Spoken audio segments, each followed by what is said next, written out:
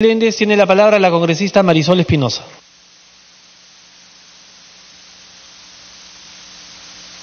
Presidente, me solicita una interrupción la congresista Arimborgo.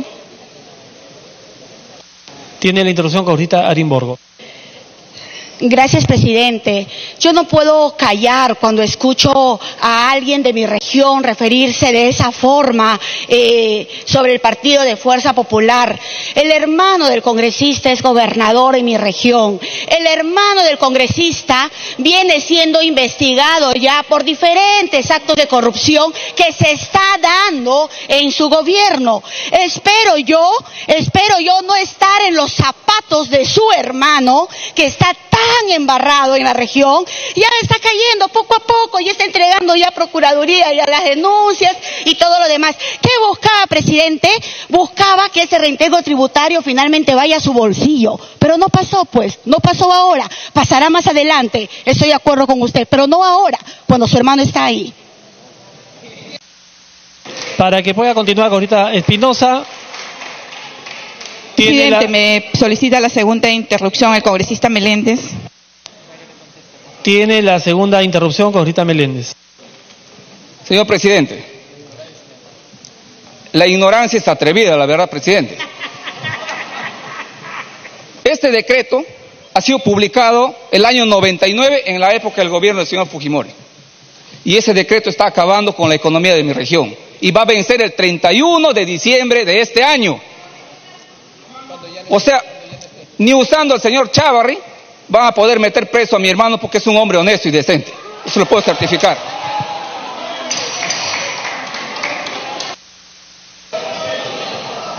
Señores congresistas, les invoco a que dejemos de lado los calificativos y elevemos un poco la calidad del debate. Puede continuar congresista Espinosa. Bien. Presidente, hoy estamos ante una situación de un pedido de voto de confianza frente a una política pública, la política pública de lucha contra la corrupción.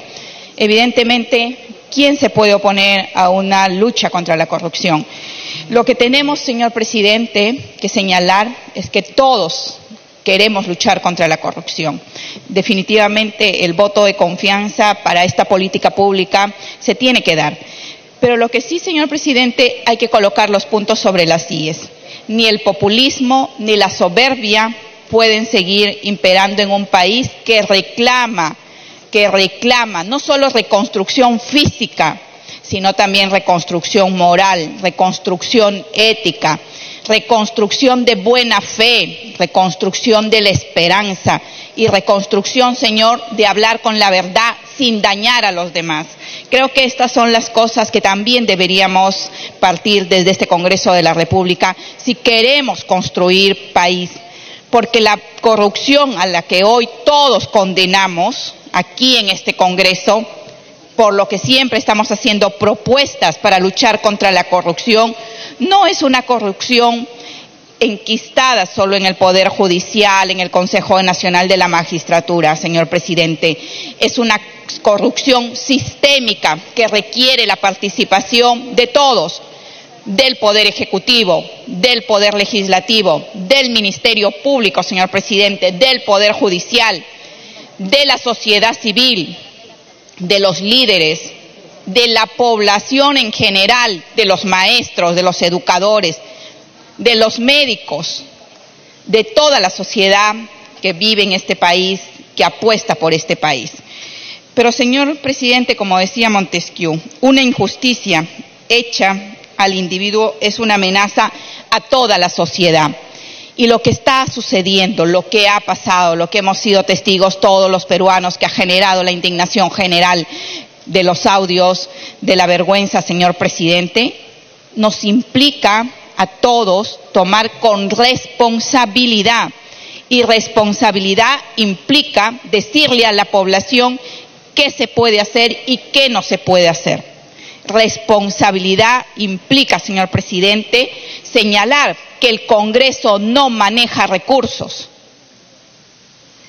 que la corrupción siempre va donde hay recursos. Y aquí, señor presidente, tenemos que señalar e insistir, por ejemplo, que ¿Qué estamos haciendo con este funcionario del Ministerio de Economía y Finanzas que pagó a un abogado millones para un solo sector, mientras miles de jubilados tienen que morir, señor presidente? Morir porque no pueden alcanzar una pensión justa, porque después de hacer un proceso judicial, uno por uno,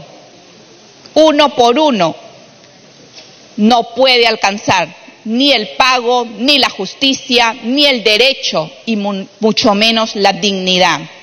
Estas son las cosas que con las cuales tenemos que luchar. Esto es realmente también corrupción. Pero la corrupción, señor presidente, no se acaba ahí. La corrupción también mata. El fenómeno del niño nos ha dejado calles, colegios, carreteras, que hasta ahora ni siquiera están incluidos en los catastros. No hay fichas y por lo tanto no se van a reconstruir. Pero para graficar cómo juega la corrupción con la vida de las personas, con la vida de las gentes, voy a poner solo un caso concreto. En Piura, los pacientes que solicitan diálisis padecen por atención, porque la corrupción enquistada no permite que Salud pueda contar con sus propios centros de diálisis. Para dializar a los asegurados, el servicio se terceriza. Y hay más o menos 454 personas que son derivadas a clínicas privadas. El costo que cada entidad paga por cada sesión es 288 soles. Un paciente requiere 3 sesiones a la semana. En total, Salud desembolsa más de 1 millón de soles. Más de 1 millón de soles por los tratamientos de diálisis tercerizados. ¿Cuánto cuesta una máquina de hemodiálisis? Entre $13,000 y $17,000, 57,000 soles, 60,000 en el caso más exagerado. Tiempo adicional. Gracias, presidente.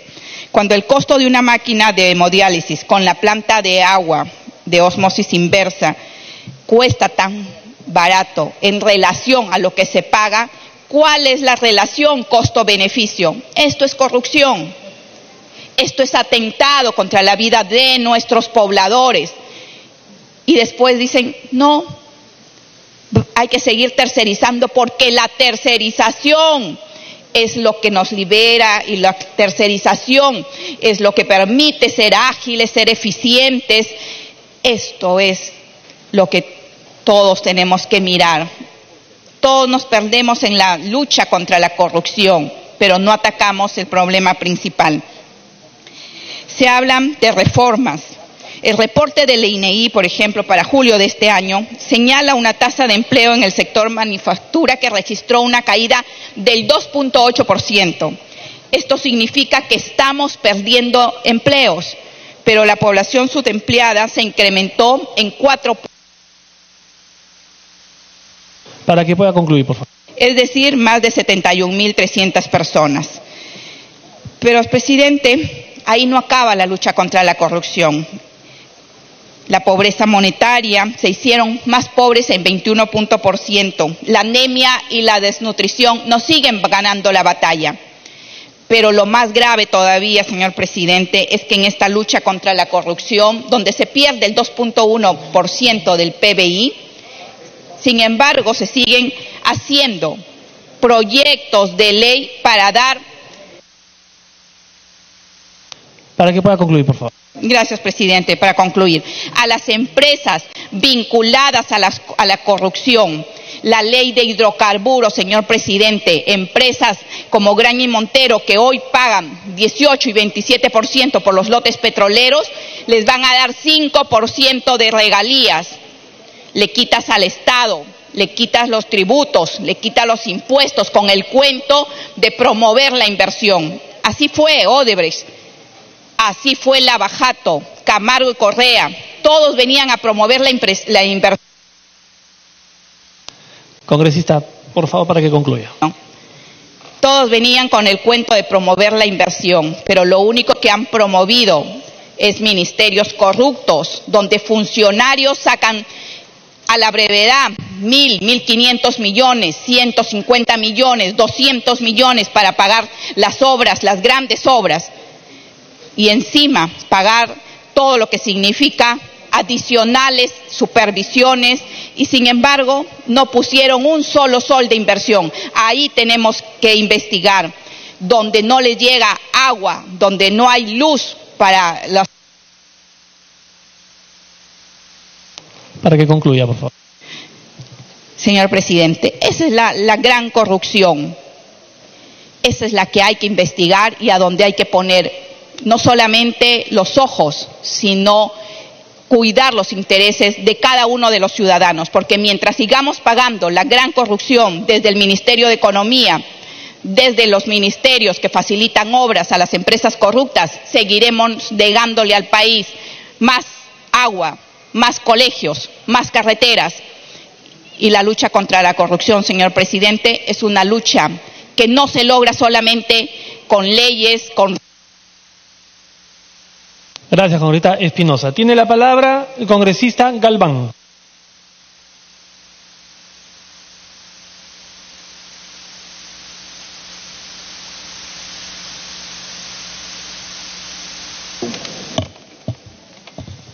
Muchas gracias, presidente. Colegas congresistas, el día de hoy nos une para estar al lado de todos vuestros compatriotas, quienes nos están siguiendo por todos los medios de comunicación. Si bien es cierto, señor presidente, el Ejecutivo nos pide cuestión de confianza planteado por nuestro Premier, producto del mensaje a la nación por parte de nuestro presidente de la República. Hubiese sido también interesante ver los niveles de anemia en nuestro país para que de esta manera se considere uno de los puntos muy importantes del cual pues en este momento es atravesando nuestro país. Quiero aprovechar este momento, un momento de reconciliación, de unión y por cierto de comparación. El último referéndum, o el primer referéndum del 1993, aquel entonces nuestro país estaba en una hiperinflación, en un caos social, donde la subversión Sendero Luminoso y Movimiento Revolucionario Tupac Amaru había tomado el control de más del 50% de nuestro país, señor presidente. Y los que venimos de provincia hemos visto colas para azúcar, cola para arroz, cola para aceite, cola para leche, para harina. No había querosene, no había combustible, no había absolutamente nada. Recordamos lo que hoy está pasando en Venezuela, eso era el Perú antes de 1990. Por eso se necesitaba hacer una reforma, por eso se necesitaba hacer un referéndum, por eso se necesitaba efectivamente cambiar la constitución política para llegar al año de 1993. Pero hoy nuestro país económicamente ha crecido, socialmente estamos bien, nuestro país tiene otra mira hacia el exterior. Entonces, es el momento de analizar y decir qué es lo que está faltando. Todos estamos de acuerdo que no haya reelección, es necesario renovar nuestros cuadros, perfecto, nuestros nuevos líderes políticos que tenemos en provincia, en nuestra capital, que asuman responsabilidades para que dirijan nuestro destino, perfecto, estamos de acuerdo, erradicar la corrupción que se ha enquistado en las distintas instituciones, estamos de acuerdo, señor presidente, pero también es el momento de analizar aquí el factor persona, señor presidente. El crecimiento económico que ha traído nuestro país también ha hecho que crezca la corrupción, también ha hecho que efectivamente pues crezca las ambiguas negativas. Por eso digo, es el momento de la reconciliación. Nuestro país nos necesita a todos. Si todos ponemos el hombro, estoy seguro que vamos a lograr pues ese desarrollo socioeconómico que estábamos perdiendo, señor presidente. En tal sentido, señor presidente, el día de hoy nos han solicitado pues esa cuestión de confianza que nosotros los no agrupados, por cierto, lo vamos a dar, pero sí ponemos también de conocimiento. Cuando aquel entonces alguien dijo por ahí, se había anulado pues en la época del presidente Alberto Fujimori la bicameralidad. Efectivamente, porque éramos demasiado la Cámara de Senadores y la Cámara de Diputados. Efectivamente, porque había un caos social, no había un entendimiento, había una ruptura política en nuestro país. Pero ahora Somos 130 congresistas que podemos concertar, podemos unir, como el día de ayer hemos aprobado por unanimidad esta reforma. Entonces significa también, señor presidente, de que no estamos detrás de la población en este referéndum, vamos a estar acompañando para que ellos también hagan llegar en otras palabras, el respaldo a este referéndum. Y si efectivamente no hay reelección, hay que poner también las cosas claras, señor presidente. Nosotros los no agrupados, por cierto, fujimoristas, vamos a ser cautelosos de que si no hay reelección no vaya a ser que por debajo de la mesa estén poniendo de que pues los que no pueden postular, no pueden reelegirse como congresistas, sí pueden postular como diputados y pueden postular como senadores. Entonces, ¿de qué no reelección estamos hablando? Entonces ya no sería pues, no hay reelección. Entonces yo creo que en ese lado, señor presidente, vamos a ser muy cautelosos. En tal sentido, solamente, señor presidente, es de que el Congreso de la República, el día de hoy y todos los días hemos estado pues al lado de nuestra población y como tal vamos a respaldar pues esta cuestión de confianza. Muchas gracias, señor presidente. Gracias, congresista Galván. Tiene la palabra el congresista Galarreta. Muchas gracias, presidente. Muy buenas tardes. Hoy más que nunca vengo a hacer uso de la palabra como demócrata. Hoy más que nunca, presidente, tenemos que recurrir a la carta a la cual todos los peruanos nos obedecemos.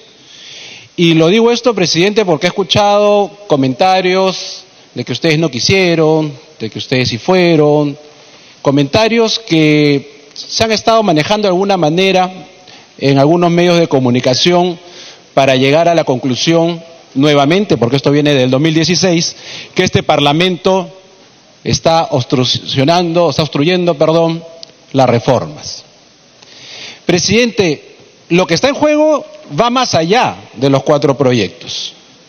Lo que el Perú está jugándose hoy día, presidente, no solamente son las reformas que varios de los que han aplaudido al señor Villanueva, que antes no lo querían tanto, pero lo he visto aplaudir, no solamente la bancada que tiene ministras, sino otros, han dicho que estos proyectos no van a solucionar nada, que no hay que engañarle al pueblo. O sea, resulta que van a servir o no van a servir. Resulta que son importantes en la lucha contra la corrupción o no.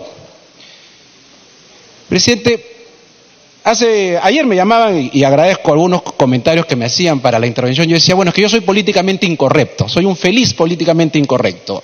Adoro las Fuerzas Armadas, detesto a los terroristas, o sea, yo lo digo, soy felizmente políticamente incorrecto, soy pro vida. Y así que yo no voy a callar lo que hoy día pasa en el Perú. Cuando uno tiene, presidente, desde que empezó este Congreso, voces alrededor, ya del expresidente que se fue por corrupto, y voces alrededor de un presidente que este Parlamento nuevamente le ha dado todo. ¿Y cuál es la reforma que hace el Congreso? Pero si le hemos dado todo para que el gobierno haga cosas. Estamos esperando qué hace el gobierno. Y hay varios decretos que hay que mirar. Ahí está el que ha atentado contra la ley de la familia en un soplazo. Ahí está el decreto que ha eliminado justamente un órgano que vigila al MINDES para que los programas sociales se puedan ejecutar sin ningún problema. Y entonces cuando el Premier viene y dice, yo insisto que el presidente Vizcarra no se va a reelegir, bueno, él dijo que no se reunió, y si se reunió, él dijo que no hay tal cosa, no hay tal cosa. Yo sé que algunos medios no le van a preguntar sobre las reuniones que salían en algunos audios. Pero ¿se le puede creer? Cuando tenía el honor de ocupar el cargo que usted está, presidente, y salen los primeros audios, todos los portavoces, dependerá el amor de cada uno, el amor propio me refiero, acordamos para sesionar un lunes y hacer la remoción del Consejo Nacional de la Magistratura. ¿Qué hizo el presidente Vizcarra? Se adelantó y convocó una legislatura extraordinaria sin consultar, como se hace en las democracias, para hacerlo el viernes. ¿Y qué dijo la prensa después? No, si no presionaba no lo hacían. Lo mismo que han dicho con la aprobación del Consejo Nacional de la Magistratura, porque a eso estamos, señor presidente. Y por eso yo saludo la voz de Marisol Espinosa, de Jorge Castillo, que han ido en lo que hay que hacer. Jorge del Castillo, a quien aprovecho de saludar por el aniversario a un partido demócrata y de años, decía, hay politiqueros, que son esos que mienten, esos que engañan. A mí me preocupa que si todos acá saben que esta reforma no van a solucionar o se va a acabar la corrupción con la no reelección, como si el Congreso manejara presupuesto. Presidente, hay un ministro que ha gastado 1 millón en un cantante, acá por 80.000, que hoy día son 14.000, hasta la fecha hoy se ha gastado 14.000, lo que los medios decían que se gastaba 80.000 en mi gestión, solo hasta ahora 14.000, y ahí calladitos. Presidente, la bancada tomará su decisión, si se da o no el voto de confianza, pero lo que tenemos que tener claro, presidente, es que la historia va a juzgar a aquellos que hoy día están haciendo el juego desde el año que empezó este quinquenio y este Congreso. Lo va a juzgar porque yo recuerdo a muchos mandatarios que llegan de manera constitucional y después dice que el pueblo les dice que no están funcionando las instituciones. Así empiezan. Así empezó también en el 92, hay que decirlo. Así empezó también en un momento en Venezuela. Y entonces, presidente, ha habido una reunión que todos han saludado con los voceros. Claro, después que la comunidad internacional, como el Tiempo de Colombia o el País de España, ha rebotado que quieren dar un golpe de Estado al Parlamento, hay un paso para atrás. Y claro que acá no hay que ser tembocéfalos, presidente. Aquí están en juego muchas cosas. ¿Qué pasa si este Congreso se cierra y queda la permanente para legislar? ¿Y Graña regresará a la cárcel, Graña o no? ¿Ah? ¿Y Toledo seguirá prófugo? ¿Y Ollantumala? ¿Y la Villarán? ¿Y todos los que gobernaron los últimos 17 años? Tiempo adicional. Presidente, el congresista Edgar no usó su tiempo, pero bueno, 3 minutos gracias, a cuenta de la bancada. El presidente del Consejo de Ministros nos hace una pregunta clave. ¿Queda alguna duda de la lucha contra la corrupción de este gobierno? Le respondo, sí, señor presidente del Consejo de Ministros, qué pena que no está acá. Quedan muchas dudas. Si el presidente Vizcarra el 28 de julio habla de la corrupción, pero salta Odebrecht, no menciona PPK, no menciona Zavala, los grandes operadores en ese momento, ¿qué corrupción hablamos? Cuando despide por Twitter a un ministro, lo he dicho, de una conversación inocua, pero va, y alguien ha dicho ahí, le han dado el visto bueno para las reformas, o sea que hay que ir a Choquehuanca, que tenga el visto bueno para la reforma. Por supuesto que quedan las dudas. Me queda la duda de la corrupción cuando un presidente, sabiendo que no es la gran reforma, le empaqueta, con ayuda de los medios obviamente, y lo venden como el Congreso no quiere reformar, no quiere luchar contra la corrupción. Sí, yo sé que algunos se van a reír, pero está bien. Acá tenemos que defender, presidente, la democracia, tenemos que defender la institucionalidad. El artículo 200, lo han dicho los constitucionalistas, pero a algunos no les gusta, si un presidente no puede observar una reforma constitucional, menos puede hacer una cuestión de confianza. ¿No? Yo escucho a varios que dicen vamos a aprobar, pero critican que las reformas son malas. ¿Tendrá miedo a perder su escaño? Yo no. Yo no voy a votar por temor. Si hay que decirle no, se le dirá no. Pero, presidente, no solamente arreglaron la situación con la norma que usted, o el documento que usted recibió muy bien, lo ha respondido con todos los portavoces que no correspondía al señor citar, porque así le llena pues la cabeza, no vamos a ver qué plan ha comprado, tal vez el de los caviares. Pero, presidente, y entonces, ¿sobre qué estamos haciendo la cuestión de confianza?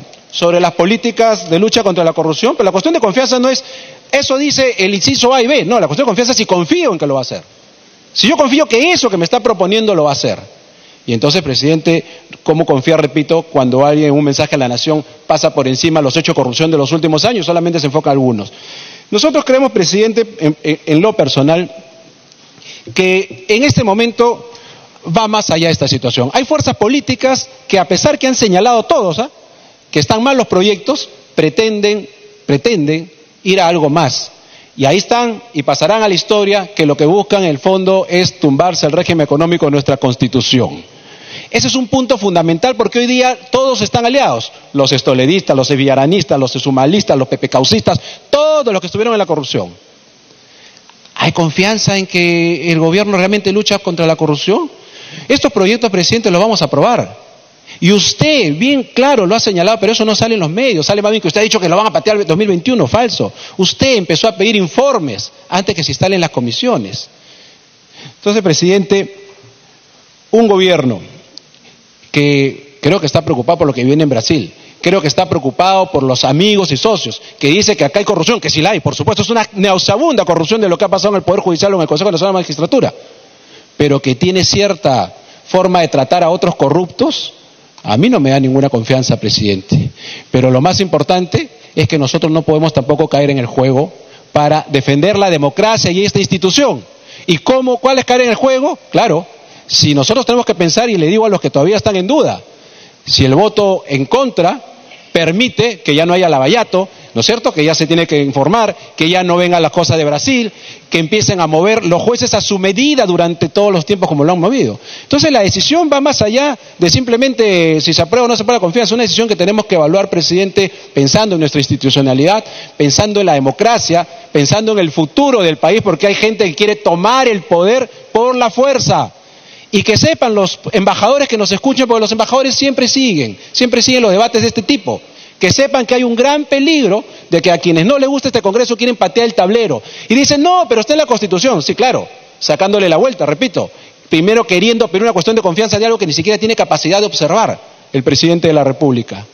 Y yo le digo a todos, atentos, porque hay que sopesar. No, si los 4 proyectos, todos los han dicho que los 4 proyectos no sirven para nada. Así lo han dicho acá, ni siquiera la academia que lo ha dicho. La academia ha sido muy crítica con los proyectos, pero acá lo han dicho varios. Eso no va a solucionar. Entonces no le engañen a la gente, díganle una vez que eso no va a solucionar. Pero hay que aprobarlos, hay que aprobarlos. ¿Son algunas mejoras? Pero el tema de fondo, presidente, es a dónde quiere ir este gobierno. ¿A qué quiere hacer con el Congreso? Porque, repito, eso de para las tribunas adelantar la fecha para la remoción, eso de empaquetar reformas que todos nos han dicho que no son buenas, para venderlas como que sí son y que acá lo queremos obstruir, eso me deja mucha duda, presidente, cuál es la verdadera intención del gobierno sobre el Parlamento y sobre la democracia. Gracias. Gracias, congresista Galarreta. Tiene la palabra el congresista Becerril.